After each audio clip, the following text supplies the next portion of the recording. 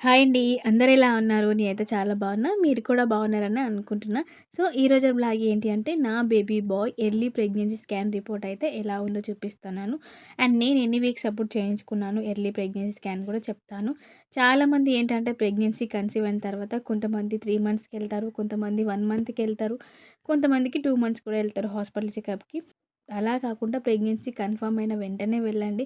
తొందరగా వెళ్ళడం వల్ల ఏంటి మనకు బెనిఫిట్ అంటే ప్రెగ్నెన్సీ అంటే ఇంట్రాయూట్రిన్ అంటే గర్భసంచిలోనే వచ్చిందా లేదా, లేదంటే ఎక్టోపీ ప్రెగ్నెన్సీ అంటే ట్యూబులలో వస్తుంది కదా, సో దాన్ని ఎక్టోపీ ప్రెగ్నెన్సీ అంటారు. సో ట్యూబులలో వచ్చిందా, అండ్ హార్ట్ బీట్ ఫామ్ అయిందా లేదా, శాక్ కనబడుతుందా లేదా, సింగిల్ బేబీనా లేదా ట్విన్స్ బేబీనా, సో ఇలాంటివన్నీ చెక్ చేసుకుంటారు.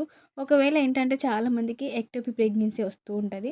అది ఏంటంటే మనం ఎంత ఎర్లీగా, కొంతమందికి ఏంటంటే ఎక్టోపీ ప్రెగ్నెన్సీ వస్తుంటుంది. మనం లేట్గా వెళ్ళడం వల్ల బేబీ అనేది ఆ ట్యూబులలోనే గ్రోత్ అవుతూ ఉంటుంది. సో ట్యూబులలో గ్రోత్ అవ్వడం వల్ల మనకి తర్వాత అబార్షన్ చేసుకుందామన్న వీలవ్వదు, సర్జరీ అయితే అవసరం అవుతుంది.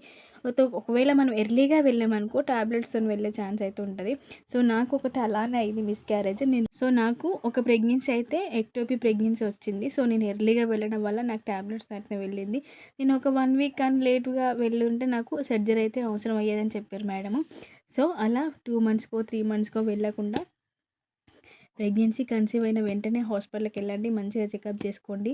బేబీ హెల్తీగా ఉందా లేదా అనేసి చెక్ చేసుకోండి.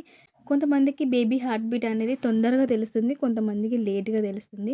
కొంతమందికి 6 వీక్కి, కొంతమందికి 7 వీక్స్కి, కొంతమందికి 8 వీక్స్ కూడా తెలుస్తుంది. సో నాకైతే ఇక్కడ 6 వీక్స్కే బేబీ హార్ట్ బీట్ అనేది ఫామ్ అయింది.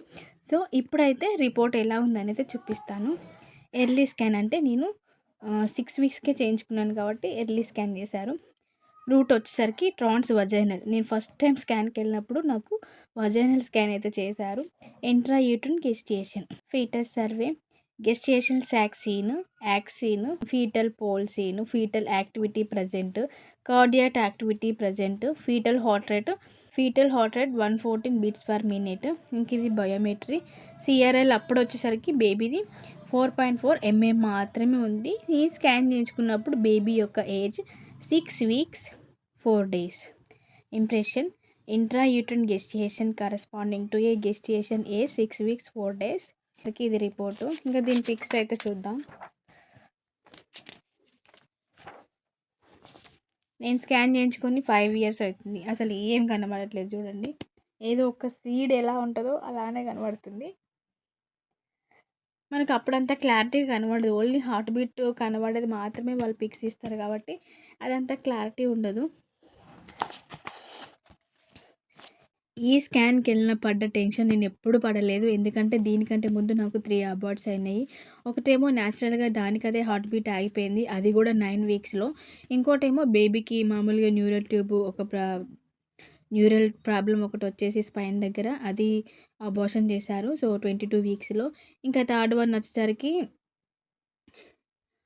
ఇదే ఎక్టోపీ ప్రెగ్నెన్సీ అని చెప్పాను కదా, ట్యూబ్లో కాకుండా గర్భసంచిలో కాకుండా సైడ్కి రావడం, దాన్ని ఎక్టోపీ అంటారు. సో అలా నాకు ఎక్టోపీ వచ్చింది.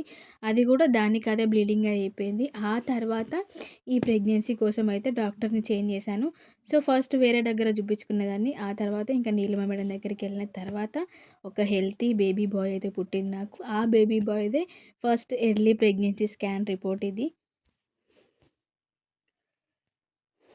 చాలా అంటే చాలా టెన్షన్ పడుతూ వెళ్ళాను. ఎలా ఉంటుందో ఏమో, రిపోర్ట్ ఎలా వస్తుందో, ముందు 3 అబార్ట్స్ అయినాయి కదా, మళ్ళీ దీనికి ఏమైనా ప్రాబ్లం ఉంటుందా అనేసి చాలా అంటే చాలా భయపడ్డాను.